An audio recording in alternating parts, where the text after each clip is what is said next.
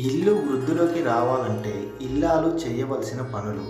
భర్త ఇచ్చిన సంపదను తీసుకునే సమయంలో ఆ ఇంటి ఇల్లాల ముఖంపై చిరునవ్వుతో సంతోషంగా నవ్వుతూ ఉండాలి. అంతేకాని కోపంగా ఎప్పుడూ ఉండరాదు. ఇంటి యజమాని యొక్క భార్య మాత్రమే ఆ ఇంట్లో ఉన్న ధనమును, ఆర్థిక వ్యవహారాలను అధికారంతో, బాధ్యతతో నిర్వర్తించాలి. భర్త ఇచ్చిన సంపదలో కనీసం రూపాయి అయినా లక్ష్మీదేవికి సమర్పించాలి. ఇలా పోగైన ధనాన్ని ఆలయంలో హుండీలో వెయ్యాలి. భార్య భర్త ఇచ్చే డబ్బు, సంపదను లక్ష్మీదేవి స్వరూపంగా భావించి వాటిని దుర్వినియోగం చేయకుండా బాధ్యత వహించాలి. తన సంపదను భార్యకు ఇచ్చిన తర్వాత మాత్రమే వాటిని ఆమె చేతుల మీదుగా వినియోగించాలి. భార్యకు ధనమును ఇవ్వకుండా భర్త ఖర్చు చేస్తే ఇక ఆ ఖర్చులు పెరుగుతూనే ఉంటాయి.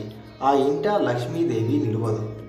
ఫ్రెండ్స్, మరి ఈ వీడియో నచ్చినట్టయితే లైక్ చేసి ఇలాంటి మరిన్ని వీడియోల కోసం ఛానల్ని సబ్స్క్రైబ్ చేసుకోండి. Thanks for watching.